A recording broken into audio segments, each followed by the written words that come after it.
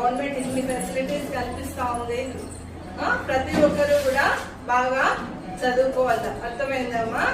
మనందరము ఆడపిల్లల్ని ఒకరికొకరు తోడుగా ఉండాల. ఆడపిల్లలు ఒకరిపైన ఒకరు నిందలు వేసుకోకూడదు.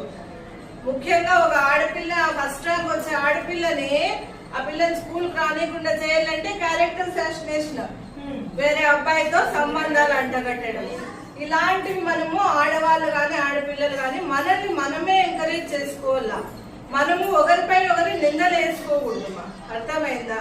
ఒక అమ్మాయిని అంటుంటే మీరు 10 మంది సపోర్ట్ రావాలా.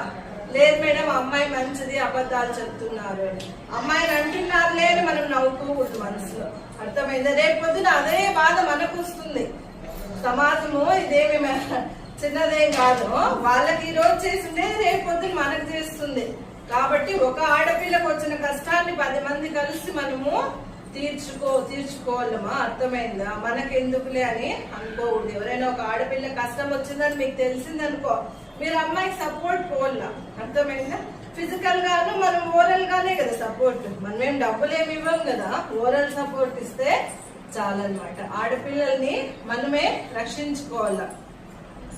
ఇంకా జాగో బదులో బోలో అనే నినాదాన్ని తీసుకొచ్చింది మన గవర్నమెంట్.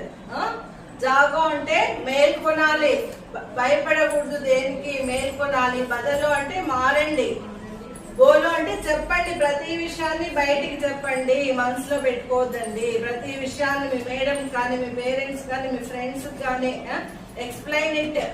అర్థమైందా? ఏ విషయమైనా కూడా మీరు ఏ విషయం వల్ల బాధపడతా అంటే పక్క వాళ్ళకి చెప్పేయండి. మీకు స్కూల్లో మోస్ట్లీ సేఫ్టీగానే ఉంటుంది, అందరూ మేడమ్స్ ఉంటారు కాబట్టి.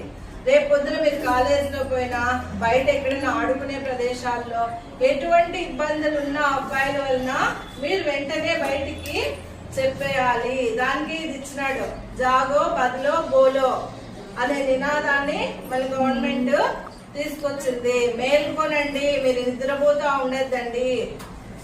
ఎవరైనా ఒకటి వచ్చి ఇబ్బంది పెట్టినాడు అనుకో, మీరు దాచి పెట్టుకునేది అట్లా చేస్తున్నాడు అనుకో, రేపు ఇంకా ఎక్కువ చేస్తాడు అతను. అదే మీరు అబ్బాయి గురించి మీ మేడంకో ఇంట్లో వాళ్ళకో చెప్పినారనుకో, వాళ్ళు కేర్ తీసుకుంటారు. వాళ్ళపై పోలీస్ కంప్లైంట్ ఇస్తారు, ఈ అబ్బాయి ఇబ్బంది పెడతా అన్నాడు. అర్థమైందమ్మా? మనమే మనందరము కలిసికట్టుగా ఉండి బాలికల్ని సంరక్షించుకుందాం. అమ్మాయి అంటే అబల కాదు, ఆది పరాశక్తి అని నిరూపించాలి అందరం కలిసి. సరేనా? అందరికి గుడ్ టచ్ బ్యాడ్ టచ్ గురించి తెలుసు కదమ్మా. మీకు ఎవరైనా మీకు ముట్టకూడని ప్రదేశాల్లో టచ్ చేసి